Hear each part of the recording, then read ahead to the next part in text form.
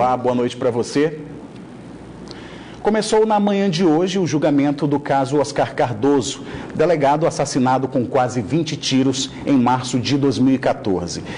São 5 réus, entre eles o narcotraficante João Pinto Carioca, o João Branco, acusado também de chefiar uma das maiores facções criminosas do país, a Família do Norte.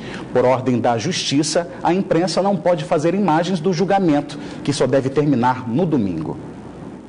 Os réus presos em Manaus, que são 3 ao todo, chegaram atrasados ao Fórum Enoque Reis no Aleixo. Entre eles, Mário Jorge Nobre de Albuquerque, o Mário Tabatinga, cuja defesa alega excesso de prazo no processo e que o prejudica. Se chega finalmente a um veredito resolvendo a situação da Justiça, que tem um processo julgado, e resolvida a situação do meu constituinte, Mário Albuquerque, que terá sua vida resolvida. Se Deus quiser, com a absolvição das acusações que lhe são imputadas, e vamos demonstrar isso no júri.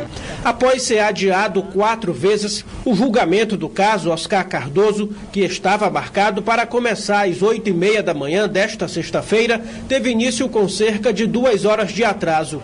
3 advogados de defesa tentaram suspender o júri devido à ausência de uma das testemunhas, um policial militar.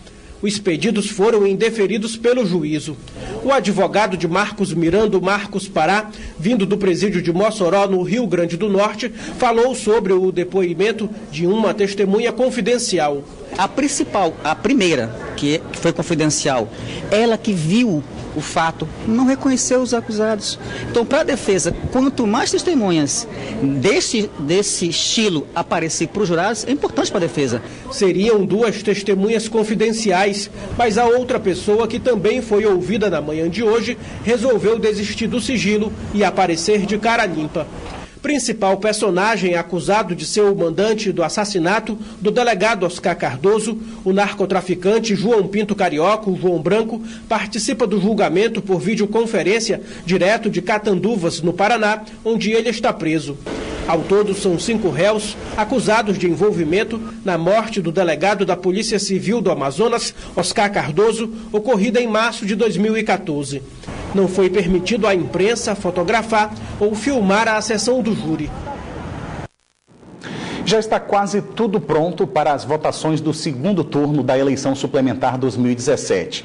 Metade das urnas da capital já estão em seu local de votação. E o presidente do Tribunal Regional Eleitoral confirmou hoje que a data da diplomação do candidato eleito vai ser no dia 2 de outubro. Em todas as sessões eleitorais, a votação estará disponível a partir das 8 horas da manhã. Metade das urnas eletrônicas para o segundo turno da eleição deste domingo, dia 27, já foram para os locais de votação. As do interior do estado já estão prontas nas sessões. Então, ontem mesmo, aqui nas urnas da capital, já foram carregadas metade delas. Essas urnas já dormiram hoje no comando da Polícia Militar e seguiram de manhã cedo para distribuição. Hoje, o restante das urnas vai ser novamente carregado e a gente conclui essa distribuição no sábado. As operações durante a eleição suplementar 2017 também vão contar com o apoio do Exército Brasileiro do Amazonas. O Exército e a Marinha, a Força Aérea, a Polícia Militar, todos estamos juntos trabalhando nas eleições. O Exército vai empregar em torno de 3.700 homens em 450 locais de votação e são em 21 municípios do nosso estado. O TRE disse que o custo total da eleição suplementar 2017 ficou em R$34.500.000. Temos então aí 443 locais de votação na capital, mas temos 1.065 locais de votação no interior. Então, dessas 3.312 urnas eletrônicas que são utilizadas no interior do estado, a gente usa então modal como um avião, um helicóptero, rodoviário e muito do fluvial. Essas eleições, então, incluindo a segurança, os gastos com segurança aplicados, fecharam o primeiro e segundo turno em R$34,5 milhões. O Tribunal Regional Eleitoral do Amazonas ainda informou que a data da diplomação do candidato eleito será no dia 2 de outubro. Portanto, os trabalhos técnicos de análise da prestação de conta acabam dia 28 de setembro e a diplomação prevista é para o dia 2 de outubro. Dos 62 municípios do estado, 11 deles têm um fuso horário diferente da capital. Portanto, a votação desses locais se encerra às 18 horas, no horário Manaus. Por isso, a totalização do resultado na capital vai começar às 18, que é quando já terão mais de 70% das apurações recebidas. Uma casa foi totalmente destruída e outra parcialmente queimada durante um incêndio no início da tarde de hoje, na zona sul da capital.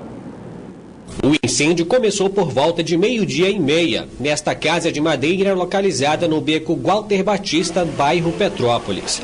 De acordo com os moradores, a chama se propagou muito rápido. Este homem, que trabalha próximo ao local, viu o fogo e correu para ajudar. Quando eu vim lá de cima, lá no meu escritório, eu estava lá em cima, quando eu vi o fogo aqui embaixo, vi daqui de baixo. Só vi o pessoal se mobilizando e a gente correu para tentar apagar. De repente todo mundo se uniu, a sorte que tem uma construção aqui, todo mundo se uniu, pegou o balde, tinha água espalhada aqui pelo chão, a gente pegou e saiu jogando. O corpo de bombeiros chegou em 10 minutos. Foram necessárias 2 viaturas como essa e 5.000 litros de água foram usadas para apagar o fogo. 7 homens trabalharam muito rápido para conter as chamas. Segundo o comandante da equipe, não tinha ninguém dentro da casa. A outra, ao lado, foi parcialmente atingida. Conseguimos evitar a propagação do incêndio, né?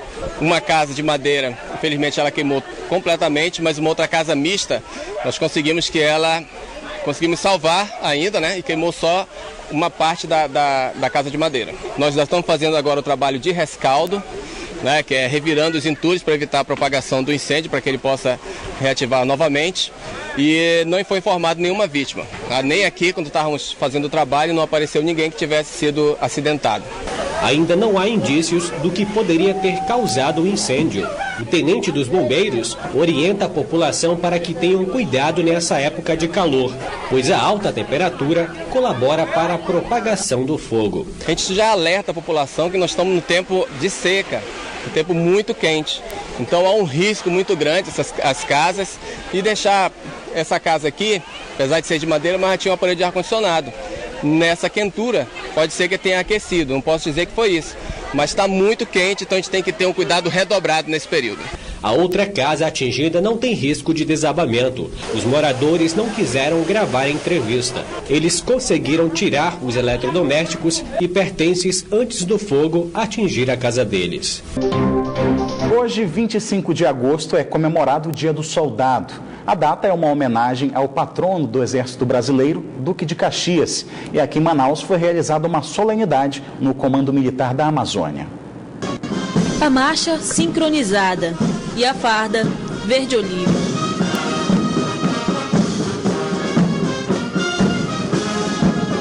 Os guerreiros da selva do Exército Brasileiro receberam homenagem em alusão ao Dia do Soldado, que é comemorado hoje. A data escolhida, 25 de agosto, é uma homenagem ao dia do nascimento do patrono do Exército Brasileiro, Duque de Caxias.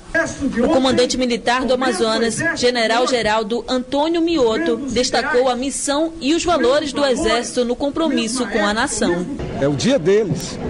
Dia que nós temos que valorizar muito, porque são eles que, nesse momento, estão lá na fronteira, nos rios, na calha dos rios, estão num pelotão fazendo o nosso trabalho, o trabalho da defesa da pátria, de combater o ilícito, o contrabando, o narcotráfico, o desmatamento, a pesca ilegal, o garimpo ilegal. Esses são os homens do Exército Brasileiro. Durante a formatura especial, no Comando Militar da Amazônia, 11 personalidades do Estado que atuam diretamente com o Exército receberam medalhas.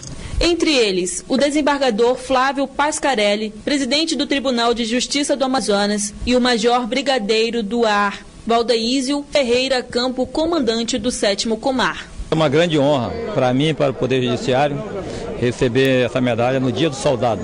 Afinal, como disse o comandante Mioto, todos somos soldados, quando isso se torna necessário.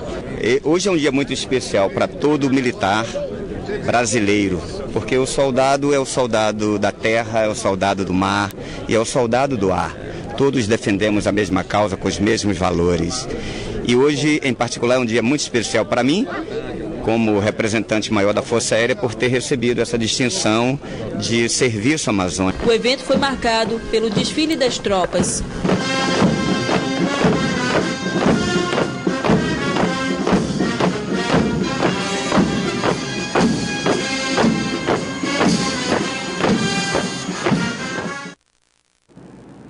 vamos saber agora como é que fica o tempo neste sábado aqui na capital e em alguns municípios do interior do estado.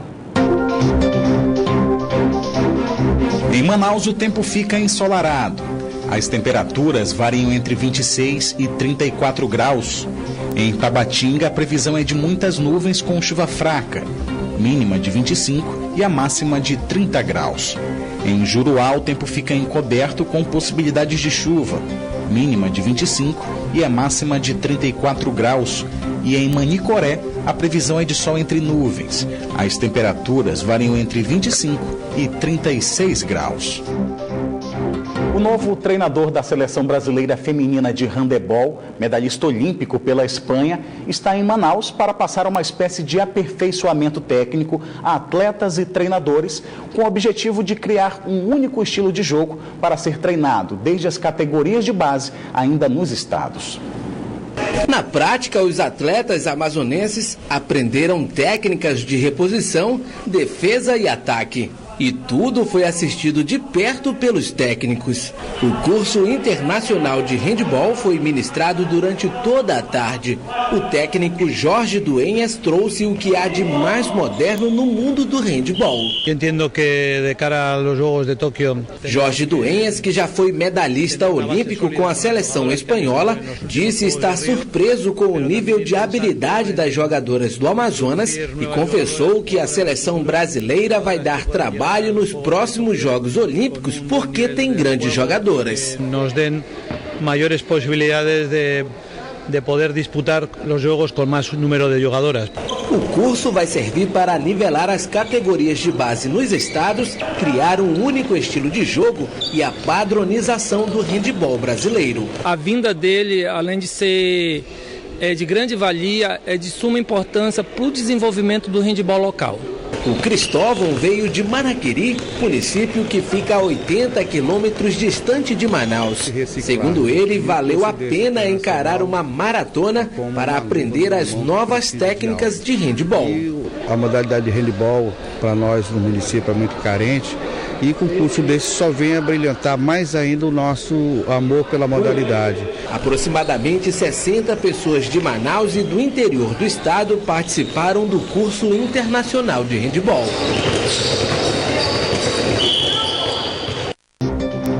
Agora voltamos a falar do julgamento do caso do delegado Oscar Cardoso. Por telefone, o repórter Orestes de Taif tem mais informações. Boa noite, Orestes. Boa noite, Neto. Das 7 testemunhas que precisavam ser ouvidas hoje, 5 prestaram depoimentos agora à tarde. Entre as testemunhas está o policial reformado Eimar Magalhães Ribeiro, que chegou a ser motorista do delegado Oscar Cardoso antes do crime. Depois foi ouvido o delegado Paulo Roberto Sobral, que na época presidiu o inquérito. Foi ele quem deu início às primeiras investigações desse caso. O depoimento do delegado Paulo Roberto Sobral durou cerca de 3 horas. E nesse momento, quem está sendo ouvido pelo juízo é o também delegado Mário José da Silva, que na época do crime era o responsável pela Delegacia Especializada de Repressão ao Crime Organizado. Foi ele quem fez as interceptações telefônicas, que são as principais provas desse processo. Agora, Orestes, existe uma previsão para o término desse julgamento? Vai ter uma parada agora à noite? Pois é, Neto. A previsão é que o julgamento só termine no domingo. Mas, depois dessa série de depoimentos de hoje, o juiz Anésio Pinheiro é que comanda esse júri popular e quem deve decidir se suspende o julgamento agora à noite ou se continua só amanhã. Certo é que o próximo passo desse julgamento é ouvir os 5 réus. Lembrando que 4 dos 5 réus estão participando desse júri popular aqui no Fórum Enoque Reis. Apenas José Pinto Carioca, o João Branco, que é apontado como mandante desse assassinato do delegado Oscar Cardoso, participa do julgamento por videoconferência. Como eu falei, o julgamento deve continuar durante todo o dia de sábado e só deve terminar no domingo. Neto. Obrigado, Orestes. Boa noite para você. E você vai conhecer agora a história de um casal aventureiro que, a partir dos 50 anos, já com os filhos criados, resolveram aproveitar a vida viajando pelo mundo dentro de um trailer. Aqui na América do Sul já foram 11 países visitados e a meta deles é chegar ao Alasca. A vida é breve e dizem que é uma só. Quem dirá esse casal que está junto há 30 anos e bem felizes. Depois que os 3 filhos se formaram, decidiram se aventurar.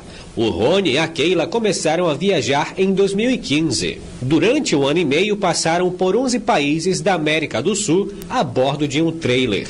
Saímos para Venezuela, Colômbia, Equador, Peru, Bolívia, Chile, Argentina, Uruguai, Paraguai e antes aqui, que eu esqueci, Letem.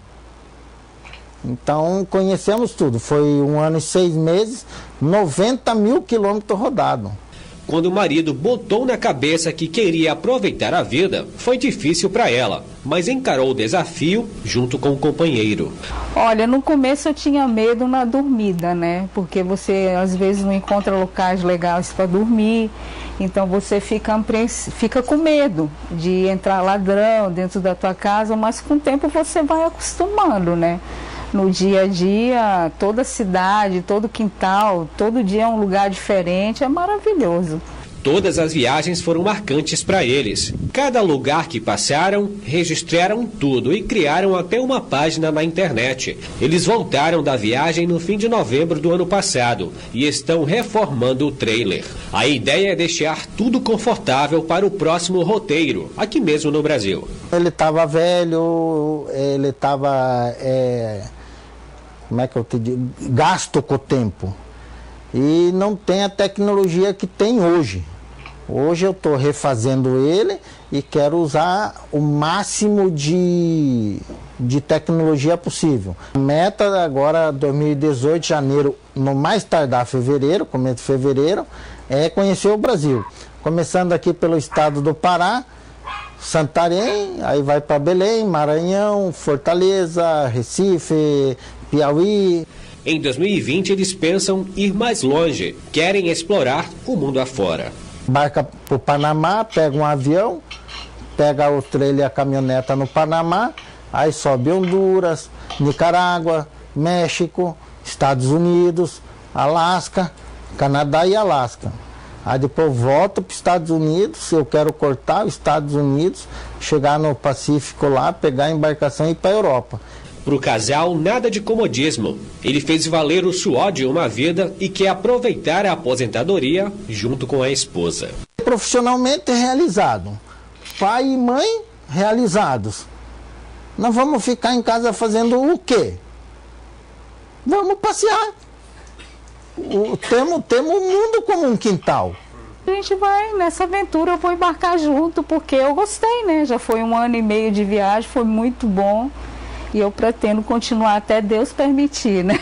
Como diz o ditado. Que coisa boa.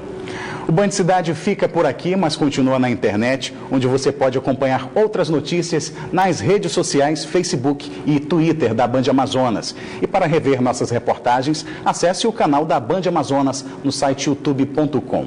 Você também pode enviar sugestão de reportagens para o nosso WhatsApp. O número é o 99205-1478.